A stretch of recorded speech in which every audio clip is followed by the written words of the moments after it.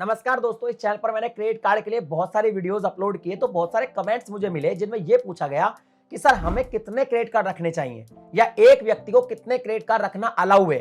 क्या ज्यादा credit card रखने से कोई टैक्स लगता है या कुछ और प्रॉब्लम होती है, कोई पेनल्टी लगती है, इसके पीछे क्या प्रोसीजर है, कितने कार्ड हम रखें, कितने कार्ड रखें, 5 रखें, 10 रखें, 20 रखें, 2 रखें, 1 रखें। तो ये वीडियो जब आप कंप्लीट देखेंगे तो आपके दिमाग से सारी चीजें क्लियर हो जाएगी। और मनी रिलेटेड ऐसे कंटेंट देखना चाहते हैं तो इस चैनल को भी सब्सक्राइब कर ले और ये वीडियो पसंद आए तो इसको लाइक भी कर देना। सबसे पहले बात करते हैं कि हमें एक्चुअल में एज एक व्यक्ति कितने क्रेडिट कार्ड रखने चाहिए। तो देखिए, इसकी तो कोई लिमिट ना किसी बैंक ने सेट की है ना कोई आरबीआई ने सेट की है।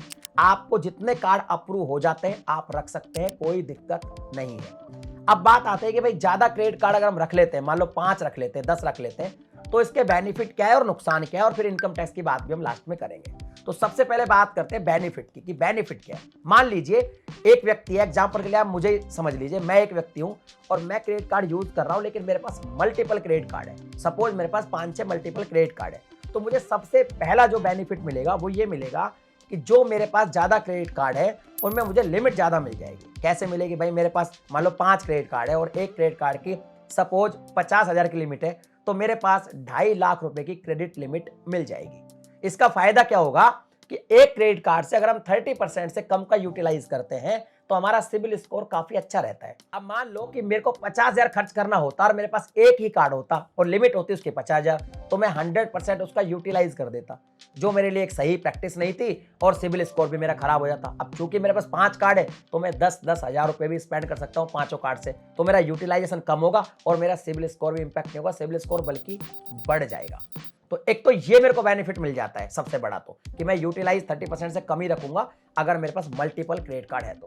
दूसरा इसका फायदा ये है मल्टीपल क्रेडिट कार्ड का कि भाई मल्टीपल क्रेडिट कार्ड मुझे मिल गए तो अब क्या होता है, हर कार्ड में एक यूनिक ऑफर होते हैं, हर कार्ड पे अलग अलग तरह के ऑफर होते हैं, सारे ऑफर आपको एक कार्ड के साथ नहीं मिलते।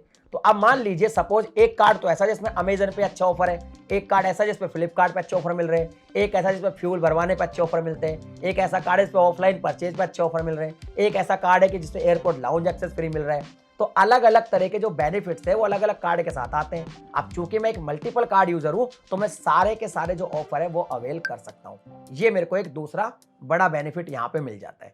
और इसके अलावा एक और बेनिफिट है कि अगर मान लीजिए मेरा मन पे कंट्रोल है और मैं उतना ही खर्चा करता हूं जितने को मैं पे कर सकता हूं और मैं टाइम पे सबका पेमेंट कर देता हूं, तो मेरा जो सिबिल स्कोर है वो काफी अच्छा हो जाएगा, क्योंकि सारी क्रेडिट कार्ड कंपनियों को लगेगा कि भाई मैं तो बहुत टाइम पे पेमेंट कर देता हूं। इसके अलावा मैं अगर ये सब कुछ मेंटेन करके चलता हूं तो कोई और मेरा मनपसंद अच्छा क्रेडिट कार्ड है जो मान लो मेरा अप्रूव नहीं हो रहा है, वो भी आने वाले टाइम में मेरा जो है अप्रूव हो जाएगा और मैं सबको एक तरीके से मैनेज करके चलूंगा, तो मेरी क्रेडिट लिमिट भी कार्ड वाले जो है इंक्रीज करते रहेंगे। तो ये है मल्टीपल कार्ड रखने का बेनिफिट। अब यहाँ पे नुकसान की बात करते हैं कि भाई मल्टीपल क्रेडिट कार्ड यूज करने के कुछ नुकसान भी होंगे। तो पहला नुकसान तो ये कि अगर मान लीजिए मेरे पास 5 क्रेडिट कार्ड थे, उसमें से 2 तो ऐसे थे जिन पे कोई एनुअल फीस नहीं लगती और 3 ऐसे हैं जिन पे मेरी एनुअल फीस लगती है, तो भाई वो मुझे फीस पे करनी पड़ेगी भले ही मैं उनको यूज करूं या ना करूं। या मान लीजिए उन 3 में से 2 ऐसे हैं जो ये शर्त रखते हैं कि अगर मान लीजिए आप 1 लाख, 2 लाख या 5 लाख स्पेंड करते हैं एक साल में तो आपकी फीस जो है वे ऑफ होगी।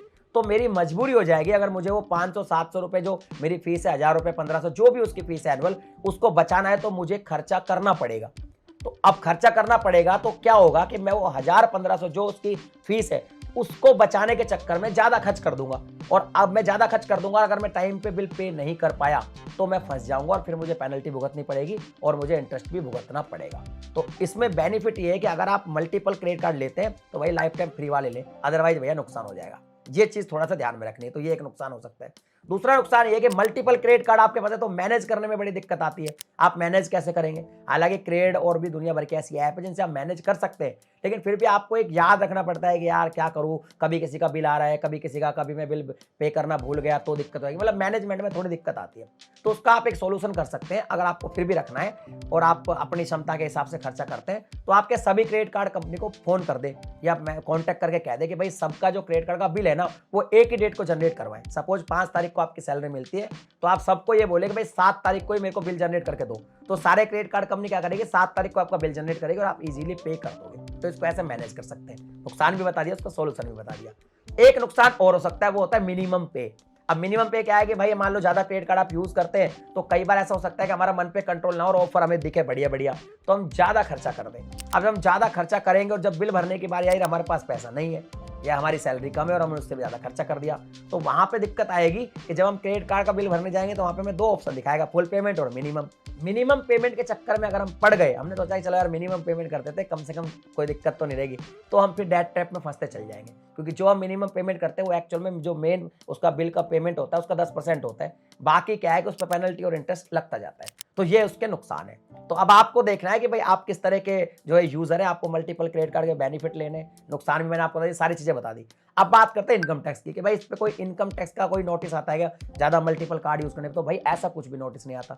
आप चाहे जितने क्रेडिट कार्ड यूज कर सकते हैं, जितने चाहे आप कैरी कर सकते हैं, कोई दिक्कत नहीं है, ना कोई टैक्स आएगा ना कुछ आएगा, बल्कि कुछ भी नहीं आएगा।